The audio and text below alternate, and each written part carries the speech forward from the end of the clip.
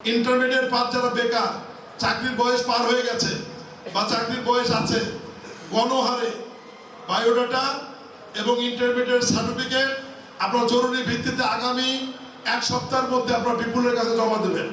দিলে আমি ডেট করে ঢাকায় কবে ট্রেনিংয়ে যাবেন আমি ওটা বলে দেবো। এই ব্যাপারে আপনাদেরকে সমন্বয় করবে উপজেলা বিএনপি ছাত্র বিষয়ক সম্পাদক, আমার বড় সন্তান, যে লন্ডন থেকে MBA করে এসছে, শাকুল আলম সীমান্ত। একটু সালাম দেবো। ও সমন্বয় করবে। ইতিমধ্যে আমি বলি ওটা কতজন আপু তালিকা যেটা দিয়েছ? 40 জন ছিল আগে ডিজিটাল মার্কেটিং এর। ইতিমধ্যে ডিজিটাল মার্কেটিং এর জন্য বগুড়াতেই ট্রেনিং এ আমরা 40 জনকে খুব দ্রুত 48 ঘন্টার মধ্যে আমরা ট্রেনিং এর জন্য পাঠাচ্ছি। বগুড়াতে থাকা খাওয়া ফ্রি এবং নগদ 15,000 টাকা। ট্রেনিং শেষে চাকরির 100% নিশ্চয়। আমি একটা কথা বলি, সবার আগে দৌড়াতে ফার্স্ট হবে সেই কিন্তু হিরো। 2030 সালের মধ্যে জাপান সরকার 1,40,00,000 লোক দেবে। কত লোক দেবে? 1,40,00,000 লোক দেবে সারা পৃথিবী থেকে। এর মধ্যে যদি আমরা বাংলাদেশ থেকে 40 লক্ষ লোক পাঠাতে পারি, এই বাংলাদেশের আর কারণ চিন্তা করতে হবে? কিন্তু আপনাদের ইন্টারমিডিয়েট পাস চাওয়ার কারণ হচ্ছে ওয়েল্ডিং ট্রেনিং, প্লাম্বারের ট্রেনিং এর সাথে আরেকটি ট্রেনিং দিতে হবে, জাপানি ভাষা শেখানো।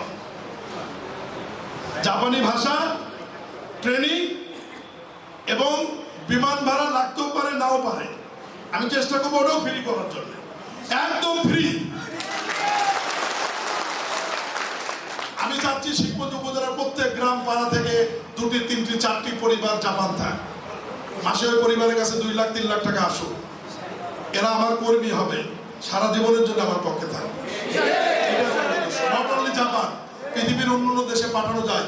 এবং আমি আরেকটা কথা বলি, আগামী সপ্তাহে আমি একটা লোক নিয়ে আসবো। ও একটা জায়গায় চাইছে, আমি জায়গাও ঠিক করে দিয়েছি। আপনারা যে ট্রেনিং নিতে প্রথম ব্যাচ ঢাকায় যাবেন, 6 মাস পরে আমি ওই ট্রেনিং শিবগঞ্জে দেওয়া হবে। শিবগঞ্জে ট্রেনিং এর জন্য এমার্জেন্সিতে 2 দিন তারা বিল্ডিং যা করার প্রয়োজন তারা সেখানে করবে। জায়গা দেবো, আমি শিবগঞ্জের মানুষকে শিবগঞ্জেই ট্রেনিং দেবো, এখানেই ভাষা শেখাবো, এখান থেকে সরাসরি তারা যাতে জাপান চলে যাবে।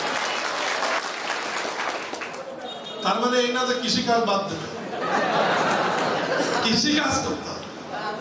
জাপান তো যারা যাবে তারা যাবে, তারা তো টাকা পাঠাবে, আসবে যাবে, জীবনের মান উন্নয়ন হবে, সরকারি চাকরি সেটাও পাবেন, অন্যান্য চাকরিও পাবেন। কিন্তু আমি আপনাদেরকে সাজেশন করব, লাইফটাকে যদি পরিবর্তন করতে চান, আপনার পরিবারকে যদি ভবিষ্যৎ কিছু দিতে চান, জাপান পৃথিবীর সবচেয়ে উন্নতিশীল একটা কান্ট্রি, যারা অর্থনৈতিক দিক থেকে সবসময় 1-2 এর মধ্যে থাকে। এই দেশে যদি যেতে পারে, কষ্ট একটু হবে হয়তো, যদি ফ্রি যেতে পারে সারা জীবনের জন্য তার চিন্তা মুক্ত হয়ে যাবে। এই যে কাজটাও কিন্তু জনাব তারেক রহমান করছেন, আমাদের মাননীয় প্রধানমন্ত্রী।